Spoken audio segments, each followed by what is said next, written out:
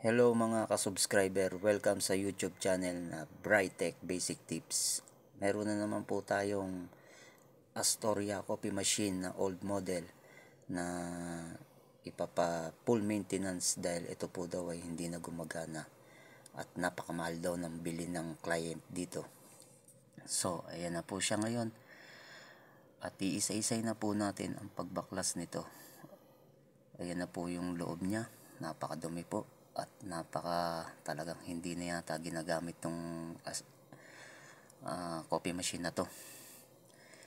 So napakadumi at kinain na yata ng alikabok yung loob ng tangke nito ayan na po siya ngayon. So ayan na po, binaklas na po natin. Nakita nyo naman po yung tangke niya, napakadami ng scale. Ayan na po yung loob ng tangke. Mukhang hindi na talaga na preventive maintenance to. Ayan po yung heater niya. So ayan na po, nabaklas na po natin. Hindi na po natin inisa-isa para po makita na natin ng mga basic tips lang po ang aking pinapakita. Dahil medyo mahaba po talaga ang video na to. Ayan na po siya, ilalagay na po siya natin sa isang malaking tangke para po siya ibabad natin. So ayan na po, nakababad na po siya. Sa mga nagtatanong kung ano po binabad ko rito para po matanggal yung scale niya, mag-PM lang po kayo sa akin para po maibigay ko sa inyo yung details niyan. Ayan na po siya ngayon. Nababad na natin ng 1 day processing po yan. At ito na po ang ating kinalabasan ngayon. Nilinis na po natin yan. Ayan na po yung mga pipe niya at tangke niya. So nakita niyo po ang before niya. Napakalinis na po ng tangke.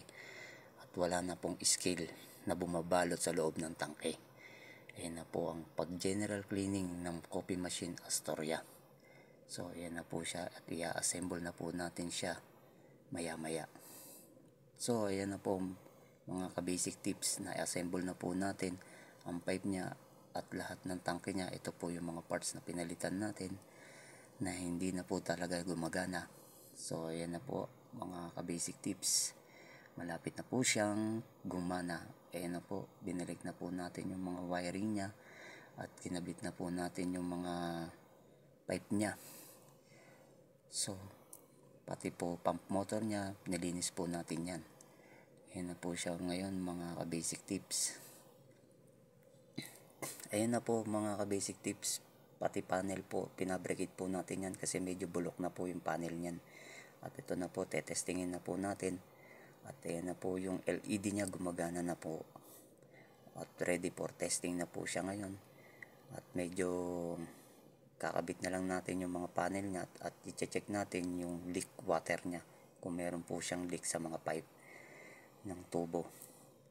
So ayan po mga ka-basic. Kung nais nyo pong malaman kung ano pong pinambabad ko sa tangke, mag-PM lang po kayo sa akin. Ayan na po ang kinalabasan ng ating pang 1 day processing na pagbabad. Ready for testing. Nakabit na po natin yung mga panel, nakabit na po natin yung wiring, at konting kembot na lang po yan mga ka-basic tips. Tetestingin na po natin yan. So yan na po yung mga panel nya. Malayo na po siya sa before. Ito na po yung after ng paglinis natin. So ayan na po mga ka-basic tips ang resulta ng 2 days process nating pag general cleaning sa coffee machine. Testing na po natin siya ngayon. Ayan na po, nag-i-steam na po siya ngayon mga ka-basic tips. Malayong malayo na po siya sa dati ninyong nakitang coffee machine na lumang luma. Ito po, para po siya uling brand new.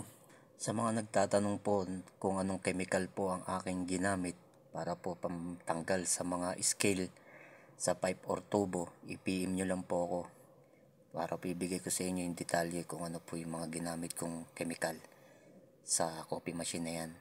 Salamat po sa panonood at i-subscribe nyo naman po ang aking YouTube channel na Brightech para po update kayo sa aking mga ina-upload. Salamat po.